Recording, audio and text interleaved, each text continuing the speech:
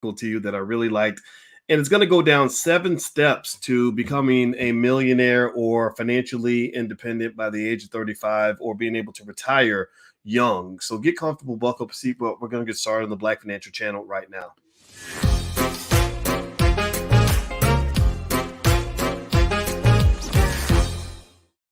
Hey, what's going on, guys? Welcome to the Black Financial Channel. That's theblackfinancialchannel.com. My name is Dr. Boyce Watkins. I am your friendly neighborhood finance professor.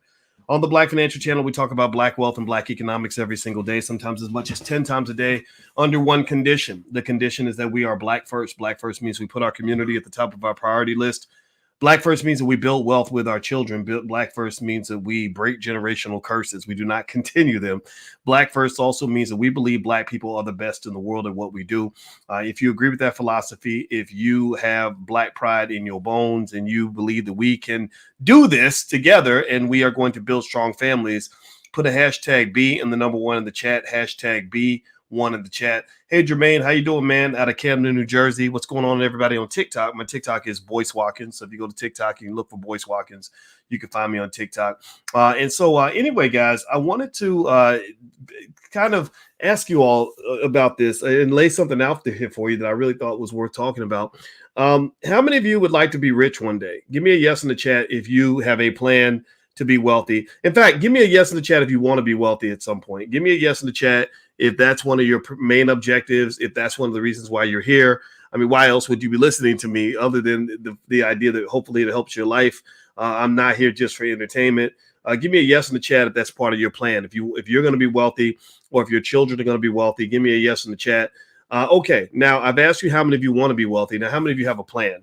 How many of you feel like you have a good plan that's solid, that's well thought out? Give me a yes in the chat. Hey, I see Nikata and Saint and Aranda and Too Rich and Nola and Boba and all of you guys on TikTok. What's going on? James says, yes, I want to be worthy. All right, so that's important, right? You don't just want to know what you want to be and what you want to do.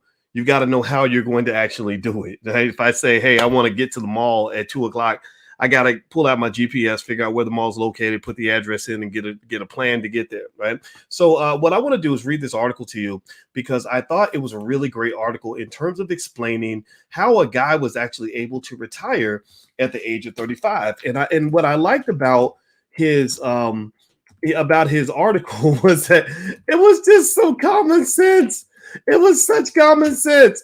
And the thing about it, you guys know I've been a college professor a long time. My PhD's in finance, y'all know that.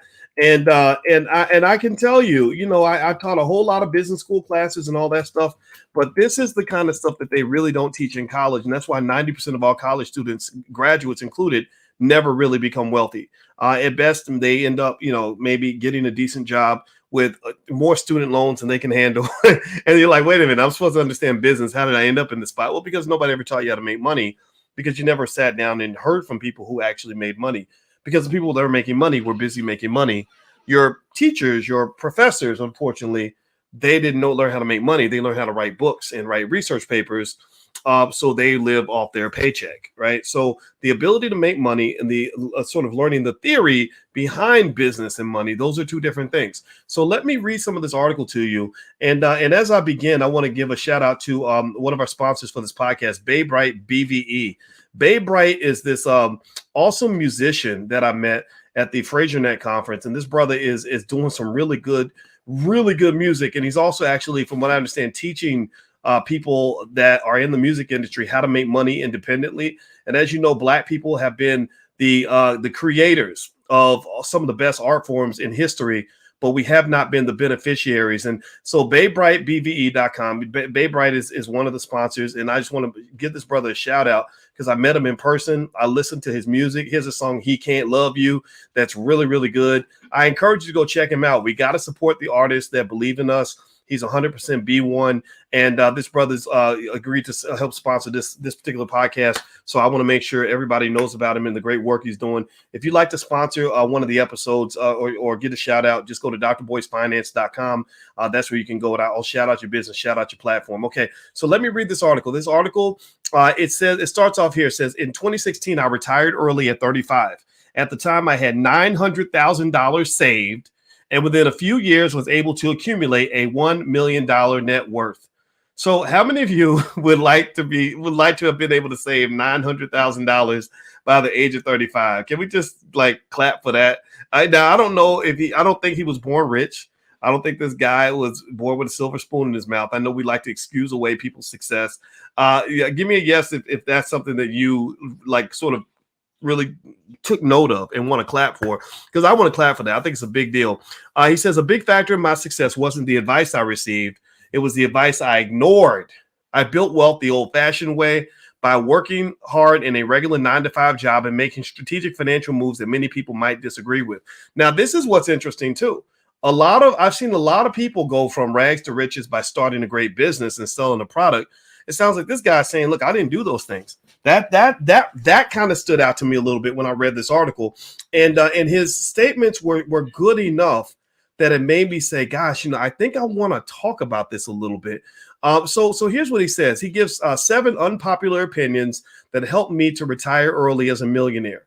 He said, number 1, company loyalty will make you poor. He says, if you're not switching jobs regularly, you're leaving money on the table. Taking a new position at a different company is one of the best ways to get a substantial raise. I switched jobs 5 times in the span of my 14-year career and got 15 to 20% raises each time. This increased my salary well beyond the rate of inflation. Employers will do whatever is in their best interest, and employees should do the same. So let me ask y'all this. Chris Brown got that song, These Hoes Ain't Loyal. And so I'm going to ask y'all, so let's not talk about hoes. Let's talk about co's, these companies, COs. Do you believe that companies are loyal to their employees? Give me a yes or no in the chat. Do you believe that corporations, note P, do you believe that corporations are loyal to the people that serve those corporations? Give me a yes or no. Are they loyal to the employees? Are they loyal to the customers? Are they loyal to the suppliers? Are they loyal to anybody? Who are they? Are they loyal to anyone? Do you think companies are loyal? No, they're not. They're not. And so I'm not saying you should be a disloyal person. I'm not saying you shouldn't try to aim for some stability in your life, but that makes sense.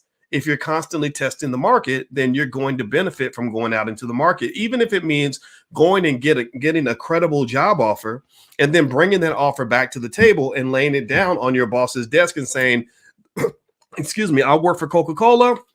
Pepsi just offered me a better position with a bigger salary.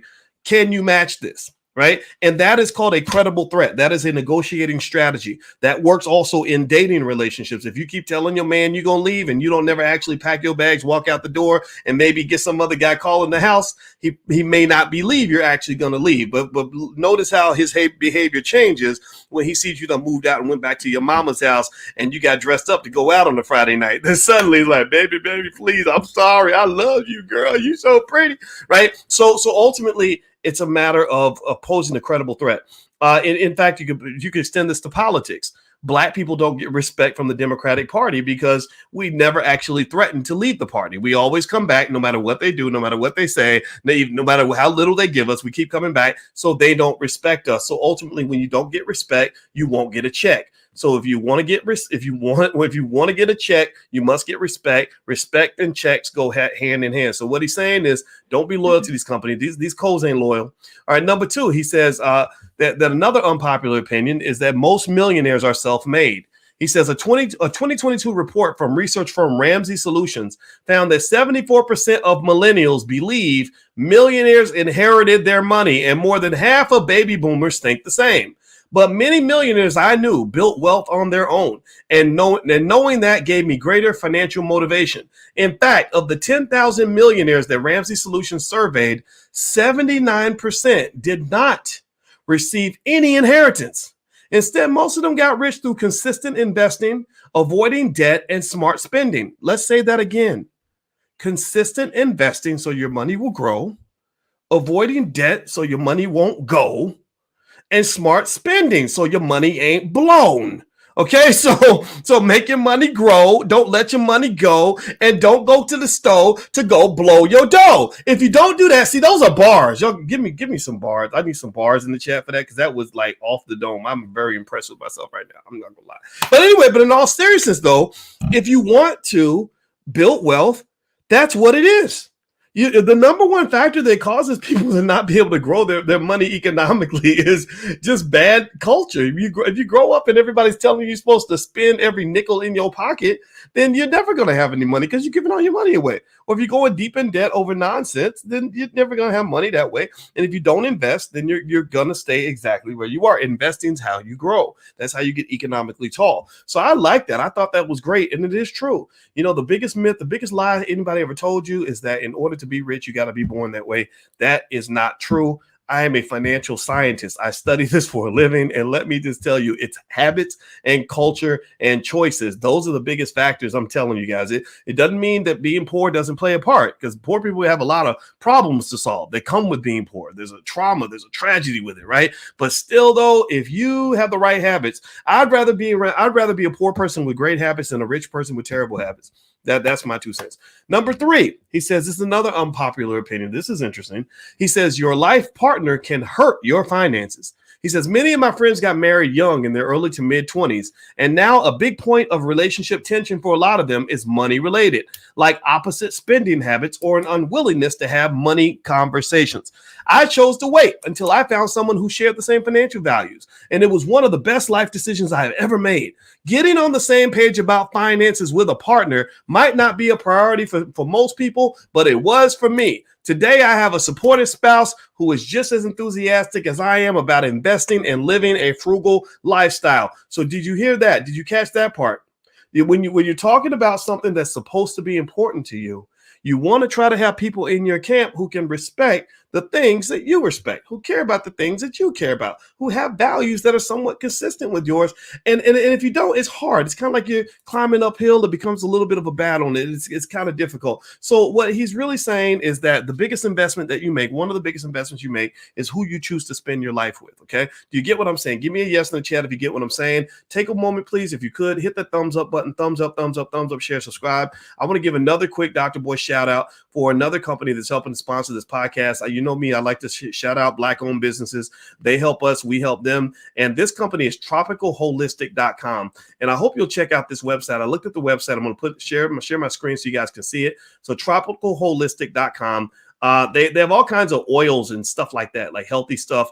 And it looks to me like they have, let's see, I see here, pure vitamin E oil, pure rose hip oil, organic and virgin, natural hair and beard growth treatment oil.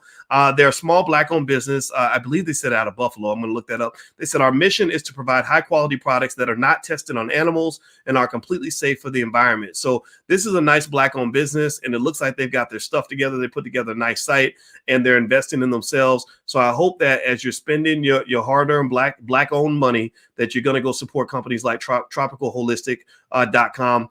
They are also sponsoring the podcast. So thank you very much to them for backing us up. We'll back you up too. And it looks like, and they said you can use a code Boyce15 to get 15% off. So all one word, Boyce and the number 15, all one word, you can get 15% off. And they are located in Pennsylvania. So shout out to them. Okay, so let me keep reading this article. So we're talking about the steps to becoming a millionaire by the age of 35. The next unpopular thing that he mentions is he says, another unpopular opinion is that you don't have to hustle 24/7. I said, okay, this is a guy that's wise beyond his years. I love it, because a lot of times we get this idea that in order to build wealth and in order to be financially successful, you've got to just work yourself into an early grave. And that made sense to me when I was in my 20s, maybe even in my 30s. But then I got a little older and I was like, I don't want to work until I die. I want to have a life. I don't want to be out here just looking crazy, just constantly, just working nonstop. And so it led to a reflection and an understanding. And it seems like he already gets that. So here's what he says. His perspective is this. He says, you might think that hustling will make you rich faster, but it also means having less time to take care of your body. Yes. And your relationships. Your health and your wealth and your relationships are linked. Some people spend so much time chasing wealth that they destroy their health and they destroy their relationships. So then you end up losing money from your health because you got medical bills out to the roof. And then also you lose your relationship. So you're spending all your money in divorce court because you didn't put time into your marriage. So he says, to grow your wealth, you don't always need to be moving, producing, and working. Prioritizing things like sleep, exercise, and a proper diet gives you the opportunity to refuel for the next day. I always put my health first, and as a result, I feel happier and much more energetic, creative, and productive. Oh, let me just say this. There's a really smart guy named David Shands who has this platform. It's called Sleep is for Suckers. And I never said it to David because I like him. I really like what he does and everything else. And I get it. I felt that way when I was younger, that you should go on 3-4 hours sleep. But then I started doing the research. And what I encourage you to do, if you don't believe me, go do the research on this. A lack of sleep will kill you. Lack of sleep, lack of water, things like that, that will kill you. That literally not getting enough sleep every night literally can take 10, 15 years off your life. And so I guess if you want to live it up really good until you're 45 and then die at your desk or something when you're 50, that's fine. But I want you to understand that if you understand proper time management, how to manage your time, you can be more productive than most people and still get more sleep than everybody else. I'm a living proof of that. People ask me all the time, but like, Doc, do you ever stop working? I'm like, yeah, I stop working all the time. But when I am working, I'm just super efficient. I know how to get a lot done with very little time. I have a very efficient, time process in terms of how I get my stuff done. And then when I'm chilling, Sometimes I take 2 naps a day. Today I took 2 naps because I was tired. My body said, you need another nap. I said, okay, bet, let's go lay down again. And I sleep the full night. I spend time cuddled up with my wife all night because she's gorgeous and soft and delicious, and I love being next to her. So I do that whenever I can. So ultimately, the idea that you have to work yourself into misery or to a lack of health is just something that's just not true. And I want to share that with young people because I want you to make sure that you achieve your goals while protecting your joy. You work hard and you play hard. You don't do anything crazy. Don't do anything stupid. But at the same time, set a goal. Have a passion, have an objective. And also the other thing that causes people to not be productive is that their time gets eaten up by little stupid stuff. So I found that I could get a lot done by eliminating stupid stuff. So when I'm working, I turn off my phone. I don't respond to email. I don't respond to Twitters and texts and none of that. I don't even answer calls at all, hardly at all. I text people back when I feel like I have time to do it, right? So ultimately, that time management piece is really important. And in fact, actually, something I can let you guys have access to in the Black Business School that won't cost you anything is I have a life class that where time management is a big part of that. I literally lay out my time management philosophy as well as a lot of other stuff, just a lot of good content on achieving goals, and it's totally free. You also get access to our Wednesday Powernomics training that we're doing for the whole community. We're reading Dr. Claude Anderson's book, Powernomics, which is a blueprint on how Black people can have economic power all throughout the world. We're reading this book word for word every Wednesday night, and I'm going through it with you for free. It's a free class that I want everybody to join. So just go to blackkeystogreatness.com and you can join for free. Blackkeystogreatness.com. Lisa says, I love how you talk about your wife. Yeah, well, I just really think as Black men, I think it's our job to really do our best to really big up the Black women in our lives that are really doing great things. I mean, it doesn't mean everybody's perfect. It doesn't mean every woman is a princess or a queen and every man ain't a king. I mean, come on, y'all. You know the reality. But when a Black woman is a queen, I want to tell everybody about this queen. When a Black man acts like a king, I think we should honor him as a king. And so I honor my wife. I honor my mother, I honor my sister, my daughters, all that stuff. All right. So anyway, let me keep going. All right. So the next thing that he says here in this article, I'm almost done. Number 5, he says, growing up poor doesn't mean you can't build wealth. He says, I came from a very low income family. My grandfather was a pastor and barely got by financially because he wasn't good with his money. My dad adopted those same habits and spent most of his early years living paycheck to paycheck. Luckily, he recognized his father's bad habits and changed his ways later in life. He taught me the value of saving and investing and told me that credit card debt would ruin my financial stability, like it did for his dad. I learned that even without a 6-figure salary, you can still get rich. Man, this dude preaching. I don't know who he is, but I love this. I'll give you his name in a minute. But what I like about that is that he's explaining a basic principle that relates to money. It's going to blow your mind. It's going to shock you. It's going to be over a lot of people's heads. So you ready? You ready? I'm going to really just shock you with this idea. You ready? Y'all are ready to be ready to be just floored by this. If you spend less than what you make, then you will have money left over to save. But if you always spend more than what you make, then you won't have money at all. I know that's mind-blowing. I mean, that's shocking, right? That if you spend more than what you make, then you won't have money to save. Your money will go down. If you spend less than what you make, then your money will go up. So here's where I'm getting at. I would rather be a person who makes 70 grand a year who spends 60 than to be a person who makes 100 grand a year who spends 105. Do you follow me? One person is balling, but they're living in a deficit. The other person is not making as much money, but they are living in a surplus. So at the end of the day, you got to live at a surplus, man. You can't think that you can spend every penny you get and then some and expect your wealth to grow. Wealth does not work that way. If you take water out the bucket is not going to be fuller after you're done than it was before because you're taking water out of the bucket. There must be water going into the bucket. Do you follow what I'm saying? Give me a yes if you get what I'm saying. Okay, so let me keep reading this article. I'm going to keep going. Then I'm going to be done because my wife's waiting for me. Number 6, he said, this is good too. A prestigious degree does not guarantee wealth. I'm a college professor. My wife's a college professor. We can put 10 amens on this. While your degree can help you get your foot in the right door, it's what you do after you graduate that makes the real difference. He says, I didn't have a fancy degree at an Ivy League. I saved up an emergency fund and invested at least 10% of my income early on. Over the years, that helped me create a comfortable retirement lifestyle. My best advice is to look for less expensive options, perhaps paying in-state tuition at a school that has a great program in what you're interested in, then take advantage of the alumni network and job placement opportunities from there. So what he's basically saying, what he's really alluding to, and he may not even know he's doing this, is he's alluding to the student loan crisis and how that has been a huge deterrent in the ability to build wealth in this country, especially for people that look like us. Black people, half of all black college graduates default on their student loans. So that means half of all black college graduates thought they were doing better for their families by going to college. Many of them are going to die in debt. Well, if you die in debt, then, homeless people know how to die in debt. It doesn't take any special skill to know how to die in debt, right? So ultimately, I'm not making fun of anybody because a lot of people fail for that trick.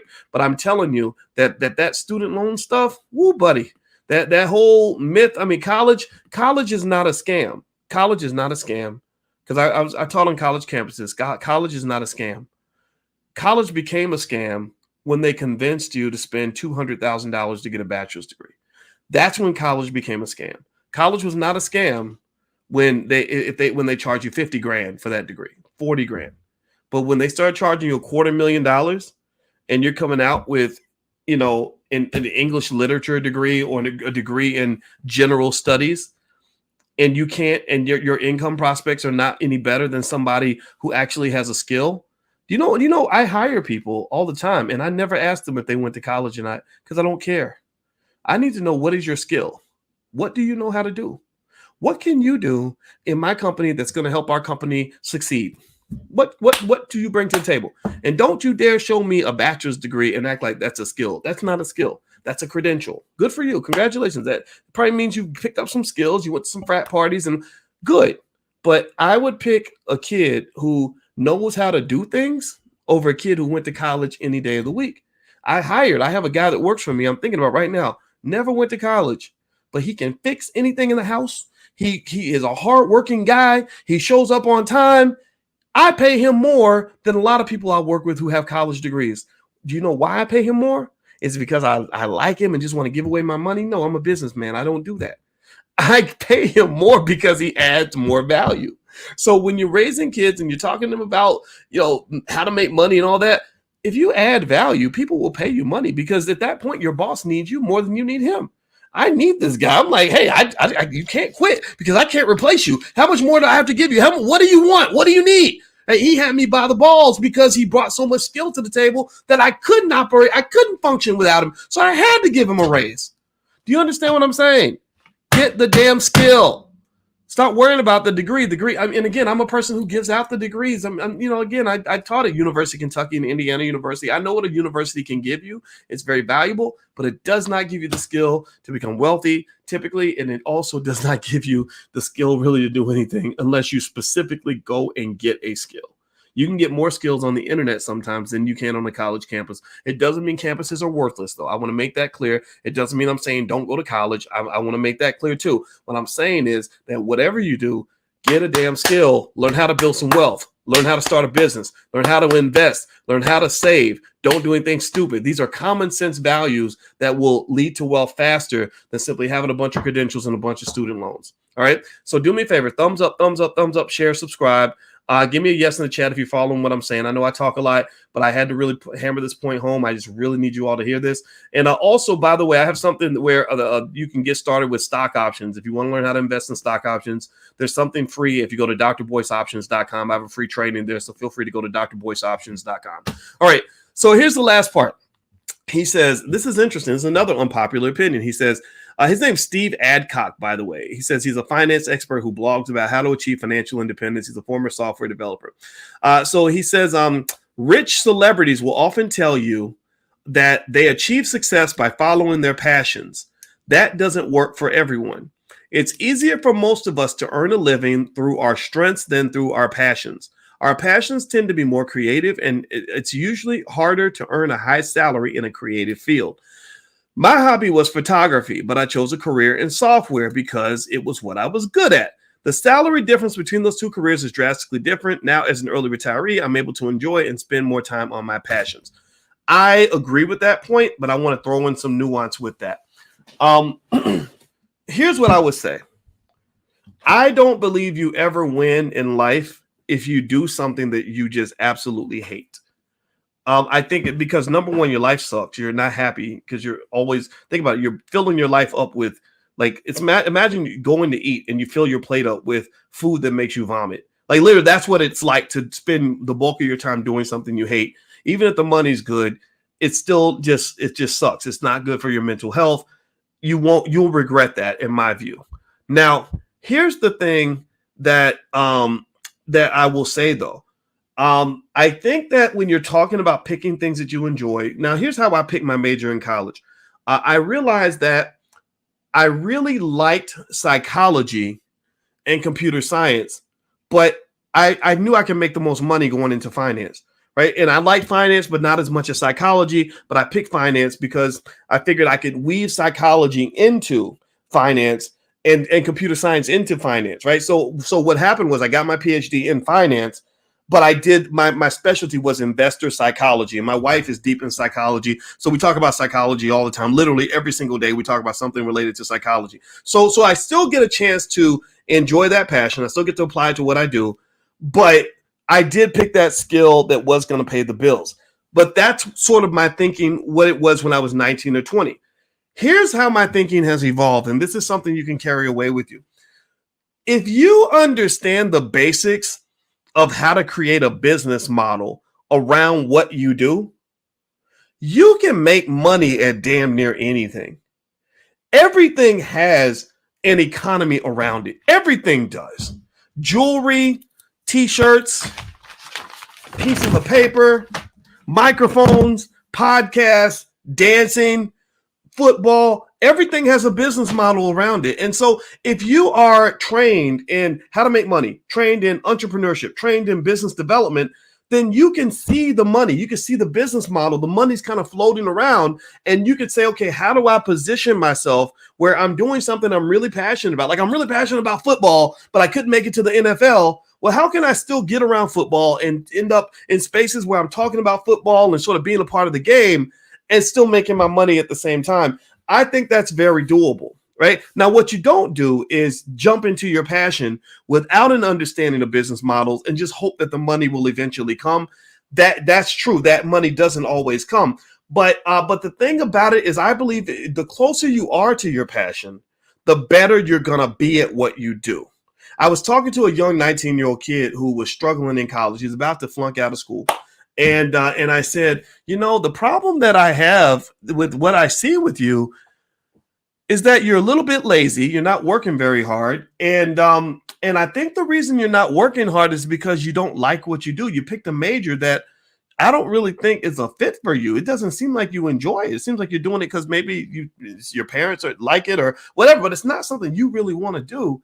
I said, so think about this. I said, you already have a hard enough time getting out of bed because you're a little bit lazy, but then you're making it worse because not only are you having to force yourself to get out of bed, but you're forcing yourself to get out of bed to do something that you hate. So that's the double whammy. You put in two barriers up. I said, maybe if you were forcing yourself to get out of bed to do something you loved, then you would get out of bed a little bit quicker, a little bit more efficiently. right? So I'm a big believer that you spend time, that knowledge of self is one of the most important aspects of building wealth and becoming successful. If you know yourself and you know what you're good at and then know what you enjoy, those are not always the same thing. Then if you find that overlap, I'm good at it and I love it, that's how you become a genius at something. That's how you become really good at whatever it is you do. And when you become good, and if you understand business models, like where the money resides, then you'll go make a killing doing what you love. Like so that's the idea. Understand business models, but before you understand business models, understand yourself. And then once you understand yourself and you understand business models, then you can place yourself in the space where the money resides, where you're also able to connect to your passion in a way that's going to generate economic benefits for you. Going to work does not have to be something painful. In fact, give me a yes or no. How many of y'all grew up watching your parents and your friends get up and go to work and they were not happy? Like they just hated going to work. Going to work was seen as a negative. It was seen as a burden. Give me a yes in the chat if you grew up like that. That's how I grew up. I never grew up believing that going to work was ever good. The idea of enjoying work just didn't even make, that was an oxymoron. Now I don't see it that way anymore. I think you can really enjoy your work, but I think it takes some courage. I think you have to detach from what everybody else is telling you to do. You have to detach from this false idea that money is the motive for everything, that you'll go take any stupid job just because it pays you an extra $3,000 or $4,000 a year. I think that you have to not only know who you are, but have the courage to pursue that person and that lifestyle that you believe in.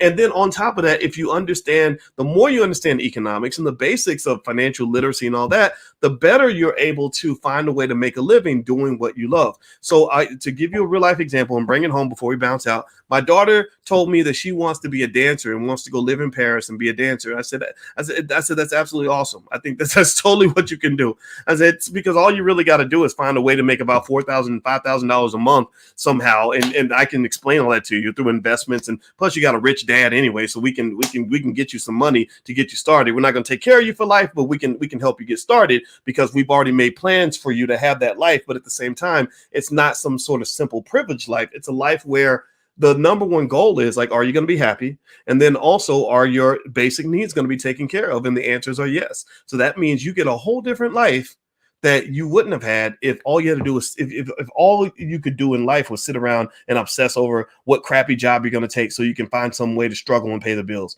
That's not the life that you have to have. That life was the life that was presented to me growing up. But I'm telling you, that's not the life you have to have. And that's also not the life that you want your children to have. Liberate your damn children. Start saving and investing now so you can retire those damn kids. Put them in a situation where when they are 25 years old, they can be free, live their life, do what they love, follow their passions, and they will thank you because you paved the way, because you were doing basic things like investing $5 a day for your child. Y'all know about the $5 a day investing plan. If you don't know about it, just go to blackmoneyminute.com. I have a whole ebook on how to build wealth by investing $5 a day. I've talked about this a lot because I really want you to do it. If you do it now and your children are young, your children will be financially secure, which means they will have the ability to pursue the Holy Grail, which is more important than money. The Holy Grail is not money. It's not success. It's not power. It's happiness. If your child can get up every day and be happy, they will be ahead of 95% of the population because a lot of these poor young people are really, really struggling. They're really, really sad. And that makes me sad to know how sad they are because happiness is out there. You just got to be in a position to go pursue it.